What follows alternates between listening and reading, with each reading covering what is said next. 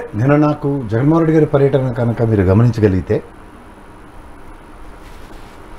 ప్రభుత్వం దున్నపోత మీద జడివాన టైప్లో ఉంది. అంటే బాధ్యతలు విస్మరించింది. మామాట లేకుండా చెప్తున్నాను ఈ విషయంలో, ఏవైనా పర్లేదు కానీ. ఎందుకంటే ఒక ప్రభుత్వం ప్రజలకు సంబంధించిన ఆస్తిని ఎలా పరిరక్షించాలి అన్న కాన్సెప్ట్కి ఆమడ దూరంలో ఉంది కూటమి ప్రభుత్వం. ఓకే, ఇది బాధ్యతారాహిత్యం అనే చెప్పాలి. బాధ్యతారాహిత్యంగా ప్రభుత్వం వ్యవహరిస్తున్నప్పుడు సాధారణంగా అపోజిషన్ అన్నది ఎప్పుడు స్ట్రెంథన్ అవుతుంది. కానీ ఇక్కడ మనకి అపోజిషన్ స్టేటస్ లేని ఒక వైఎస్ఆర్సీపీ ఏం చేస్తుందంటే ప్రజలకి మీ ఆస్తిని మీరే పరిరక్షించుకోవాలన్న దగ్గర. ఉదాహరణకి నిన్న మీరు ఆద్యంతం గమనించగలిగితే జగన్మోహన్ రెడ్డి గారు పర్యటనలో నర్సీపట్నం దగ్గర ఉన్న మాకవరపాలెం దగ్గర ఉన్న కాలేజీకి వెళ్ళి నాబార్డు నిధులతో అండ్ నెంబర్ 2 మీకు సెంట్రల్ గవర్నమెంట్ నుంచి ఒక ఎయిడ్, తర్వాత దీని మీద తీసుకున్న రుణం 50 సంవత్సరాలకి ఇంట్రెస్ట్ ఫ్రీ. అంటే కూటమిలో ఉండి వీళ్ళతో రూపాయి రావట్లేదు కేంద్రం నుంచి, ఏది గ్రాంట్ రూపంలో కానీ ఇంట్రెస్ట్ ఫ్రీ అన్న దగ్గర. ఉదాహరణకి అమరావతికి వెళ్ళి తెచ్చిన అప్పైనా తీసుకోండి, వడ్డీలు కట్టలేక మనం సవ్వాలి జీవితంలో. కానీ ఒక ప్రభుత్వ ఆస్తి, ప్రజల ఆస్తి కట్టడానికి ఒక ప్రభుత్వ అధినేతగా అతని బాధ్యతనే చెప్పాడు ప్రజలకి. ఓకే, చెప్పినప్పుడు ఏమవుతుందంటే ఇందులో మీరు నిగూఢంగా గమనించవలసిన విషయం ఏంటంటే ఇది మీ ఆస్తి. ఇప్పుడు గతంలో చూడండి, జగన్మోహన్ మీద పడేసి ఎరా మా రాళ్ళు మీద నీ బొమ్మ వేస్తావా, మా పుస్తకం మీద నీ బొమ్మ వేస్తావా అన్న దగ్గర మీది వీళ్ళు ప్రైవేట్ వాళ్ళకి అమ్మేస్తున్నారు అన్న కోణంలో గట్టిగా జలక్కిచ్చి చూపించాడు. Okay, if you can read in between the lines. నాకు అంటే మనకి తగిలించి తమాష చూసే బీజేపీ అన్నది ఎంత దౌర్భాగ్యకరమైన సిచ్యువేషన్ అట్రిబ్యూట్ చేస్తుందంటే రాష్ట్రానికి, వాళ్ళ చెప్పిన పని దానికి ఒక తీరువ దెబ్బ ఉండదు, చెయ్యాలి మనమే. కానీ దానికి ఆపాదించి దాన్ని నెగిటివిటీ అంతా ఇక్కడ రాష్ట్రంలో ఉన్న ఒక ప్రాంతీయ పార్టీని ఎత్తికి పెడతారు.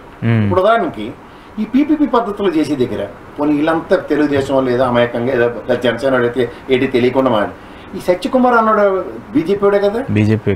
కేంద్ర ప్రభుత్వం దీంతో సంబంధం ఉన్నదేనా ఉందా లేదా అన్న దగ్గర ఏ బాధ్యత లేకుండా పీపీపీ పద్ధతిలో ఇచ్చేస్తామని చెప్పి దిక్కుమాల ఎక్స్ప్లెనేషన్లు 33, 66, 77, 99 అనుకుని దాని మీద ఏమో మెడికల్ కాలేజీ సీట్లు వద్దు రాసినాడు ఆయనే. ఈ అబద్ధాలని నిజం అనుకుని పరిభ్రమించి గౌరవ స్పీకర్ గారు అయ్యన్న పాత్రుడు గారు మాట్లాడిన మాట.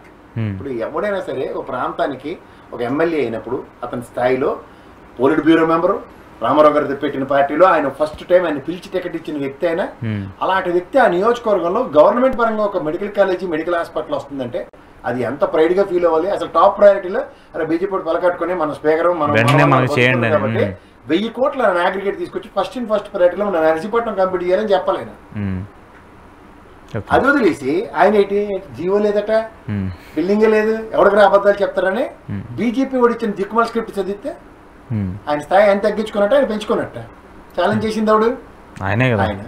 అసలు సామాన్యంగా ఆయన స్థాయికి ఆయన నియోజకవర్గంలో ఏం జరుగుతుందో కూడా తెలియపోతే ఇది ఈయన తంబాలపల్లి ఎమ్మెల్యే ఏంటి కాదు కదా మరి. అంటే నాకు తెలిసి ఇక్కడ వైఎస్ఆర్సీపీ తంబాలపల్లి ఎమ్మెల్యేలు నర్సీపట్నం ఎమ్మెల్యే అయ్యన్న పాత్రుడు గారు ఇద్దరు ఒకటే. అట్లీస్ట్ ఆయన ఎంతో కొంత అక్కడ తెలుసు. 3 నెలల బట్టి ఏం జరుగుతుందో చెప్పాడా ద్వారకానాథ్ రెడ్డి ఆయన బయటకు వచ్చి? ఏం మాట్లాడలేదు కదా.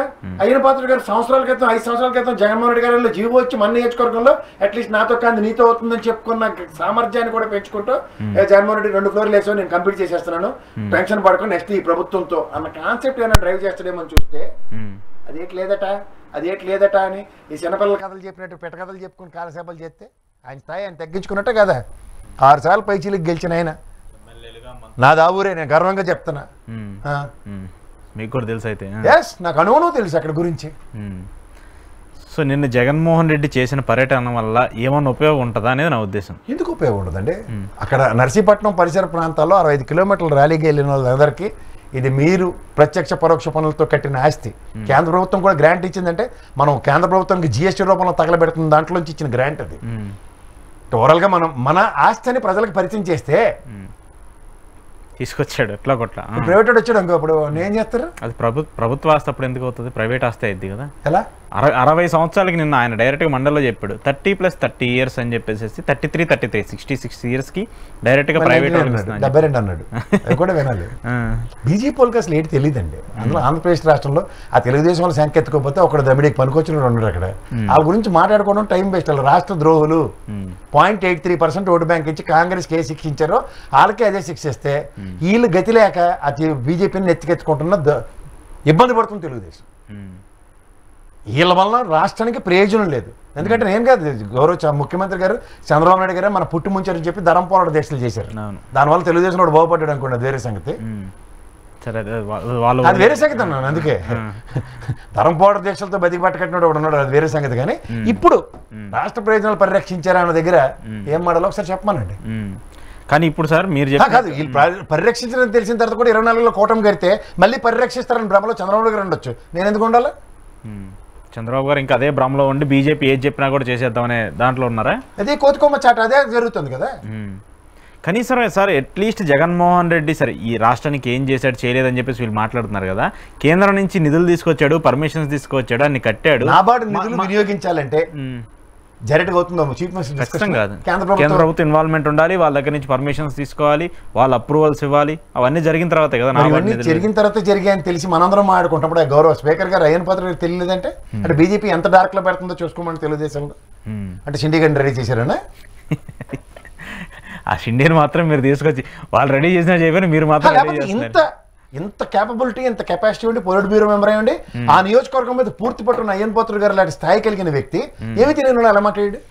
అంటే మేబీ ఆయనకి తెలిసి కూడా దీన్ని బదనాం చేయాలనో లేదంటే బదనాం చేయాలని ఎవరు అనుకుంటారు? బీజేపీ బదనాం చేయాలని కదా అయ్యన్ పాత్ర గారిని పిల్లిమేళ్ళ గంట కట్టినట్టు ఆయనకి కట్టారు. ఆయన స్పీకర్ స్థానం నుండి ఆయన కూడా మాట్లాడారు, రెస్పాండ్ అవ్వరు. యాజువల్ గా ఆయన చేయకూడదు అలాంటి కామెంట్స్, బట్ ఆయన మాట్లాడారు. ఎక్కడ మాట్లాడారు? ఆటో వాళ్ళకి ఇచ్చే దగ్గర. ఓకే, స్పీకర్ గారు రాజకీయాలు మాట్లాడచ్చా? ఖచ్చితంగా మాట్లాడారు. ఇవన్నీ తర్వాత డిబేట్ ఎక్స్టెండ్ అవుతుంది. ఇక్కడ ఫస్ట్ ఆఫ్ ఆల్ ఆయన నియోజకవర్గంలో ఒకటి గవర్నమెంట్ హాస్పిటల్లో గత ప్రభుత్వంలో పెట్టినప్పుడు ఈయన బాధ్యత ఏది? వీళ్ళ రిట్ ఆఫ్ మ్యాండమస్ తీర్పు మాత్రం వీళ్ళు బాగా చదవడం వచ్చు కదా. ద కంటిన్యూటీ ఆఫ్ గవర్నమెంట్ అన్నది అంతే కదా. ఇది కూడా కంటిన్యూటీ ఆఫ్ గవర్నమెంట్ కదా. ఎవరు తెచ్చినా వాళ్ళు తెచ్చినా ఇప్పుడు సరే మీరు పూర్తి చేయండి, మీ పేర్లు పెట్టుకోండి, మీకు నచ్చినటువంటి పేర్లు కూడా ఇష్టమే కదా, ఇలే కదా. అది వాళ్ళకే సార్. నేను అదే కూడా ఇల్లే పెట్టుకోవడానికి జీవోలు కూడా ఇచ్చారు కదా. లాస్ట్ డిబేట్ లో చెప్పాం కదా మనం. అన్ని ఇల్లే చేస్తారు. మళ్ళీ మనతో మాత్రం అర్రే అమ్మా అంటావా, సోషల్ మీడియా వాళ్ళు నిరోధించాలి. అది ఇంకో చర్చ. ఇంకోటి ప్రైవేట్ విశాఖ స్టీల్ ప్లాంట్కి సంబంధించిన ప్రైవేటీకరణకు సంబంధించి జగన్మోహన్ రెడ్డి చాలా క్లియర్ కట్ అది అవ్వనివ్వను, నేను ఖచ్చితంగా మీకు మద్దతు ఇస్తానని. నేను అక్కర్లేదు. ఇప్పుడున్న ముఖ్యమంత్రి కుమారస్వామి డైరెక్ట్ ఈ దుకాణం మొదలెట్టింది ఒరిస్సా మంత్రి. ఆ ఓఎండిసి నుంచి ముడిసరికి ఇవ్వకుండా అల్లరపెట్టిన పాపానికి అది హ్యూజ్ ఎక్స్పాన్షన్కి వెళ్ళి లాసెస్ అని చెప్పి ఫ్యాబ్రికేట్ చేస్తే 5 ఏళ్ళు ఇలాగా బాక్రానంగల ఆనకట్లో నిలబడ్డాడు. ఇదే నరేంద్ర మోడీని సభలో నిలబెట్టి ఇది మాది, దీంట్లో తగరాలు పడితే కుదరవు అని చెప్పి డైరెక్ట్గా చెప్పాడు ప్రజల సమక్షంలోనే. ఈ స్టీల్ ప్లాంట్ అంటే ఈ పవన్ కళ్యాణ్ జుత్తు ఎగరేసిన దానికి చంద్రబాబు గారి అనుభవానికి టెంప్ట్ అయిపోతే ఏమైంది? 9th month అయింది వాళ్ళకి. నిన్నేమో కోరమనపాలెం నుంచి వెళ్ళనివ్వకుండా అడ్డుకున్నంత మాత్రం వాళ్ళ పెందుర్తికి వెళ్ళి అడ్డుపాటు లంకెలపాలెం నుంచి అడ్డుపడి వస్తే జగన్మోహన్ రెడ్డి గారికి వినతి పత్రాలు ఇచ్చుకోగలిగారు. ఏడు సాధించారు. ముఖ్యేదంటే ఇలా తిప్పారు ఆయన్ని. 4 గంటల్లో జరగాల్సిన ర్యాలీ అది సాయంత్రం వరకు అయిందనేది కూడా 65 కిలోమీటర్లు వద్దంటే ఆ వర్షానికి వెళ్ళి పవన్ కళ్యాణ్ అనుకున్నా రేటు వర్షం పడుతుంటే వెనకాల ఎవడో మన నాపేది వర్షం మన ఆపగలదని. వర్షం నేను నాపిందో లేదు, జ్వరం పట్టుకుని ఇంట్లో పడుకుంటున్నాను. అదే వర్షంలో తడుచుకుంటూ ప్రజాస్వామ్యంలో ప్రజల చేత ప్రజల వల్ల ప్రజల కొరకు అన్న ప్రజాస్వామ్య ఎబ్రివేషను ప్రజలైన బలం, ప్రజలైన శక్తి, ప్రజలైన బలహీనత, ప్రజలైన బలగం అని చెప్పుకునే జగన్మోహన్ రెడ్డికి ఇచ్చిన హారత పిల్లలు సరి చూసుకోమనండి. వర్షంలో తడిస్తే చినుకులకే జ్వరం పడిపోయి దీనికైనా ముందు చెప్పింది ఏంటి? వర్షంలో మీకోసం నేను తడుస్తాను. ఒక మనిషికి ఒక్కలా ఉంటుంది. సరే దాన్ని మీరు ఉంటుంది సార్, నేను కాదన్నాను. కానీ ముందు పడిన బేగాలు ఎలాంటి బేగాల మాటలు మాట్లాడు. వర్షంలో మీరు తడిస్తే నాకెందుకు రా గొడుగు, నేనే తడుస్తానండి. పైపొచ్చి ఆ డైలాగ్ వెనకట్లా ఎవడు రమ్మని ఆపేది వర్షం మన ఆపగలదా అంటే. సరే మీరు మీకు ఏదో ఎక్కడో తెలియని పవన్ కళ్యాణ్ గారి మీద అంత ప్రేమ ఉంది కాబట్టి మీరు అట్లా నోరు ఎప్పుడైనా సరే మనకి శుద్ధి ఉండాలి. మనం ప్రజాస్వామ్యంలో ప్రజలు ఎన్నుకున్న ప్రజాప్రతినిధిగా ఉన్నప్పుడు రెస్పాన్సిబుల్ చైర్ని అధిరోహించినప్పుడు దానికి ఒక బాధ్యతాయుతమైన మాటలు మాడాలి. When you are irresponsible these sort of consequences will attribute to your head. జనాలు కంపారిజన్ పాలిటిక్స్ కదా. ఇష్టం వచ్చినట్టు మాట్లాడినప్పుడు ఇదే జగన్మోహన్ రెడ్డి ఇష్టం వచ్చినట్టు మాట్లాడినప్పుడు కూడా మనం భరించాం కదా, విన్నాం కదా, దానికి ఎక్స్ప్లెనేషన్స్ ఇచ్చుకుంటూ విశ్లేషణలు చేసాం కదా. ఇప్పుడు ఎవరమన్నా ఆపిదే అన్న వర్షం దగ్గర ప్రజలను ఆపగలిగారా? లేదు కదా. ఆయన ఆపగలిగారా? నీలా తడవను గుడిగేయండి అనలేదు కదా, తడుచుకుంటూనే వెళ్ళాడు కదా ఆయన.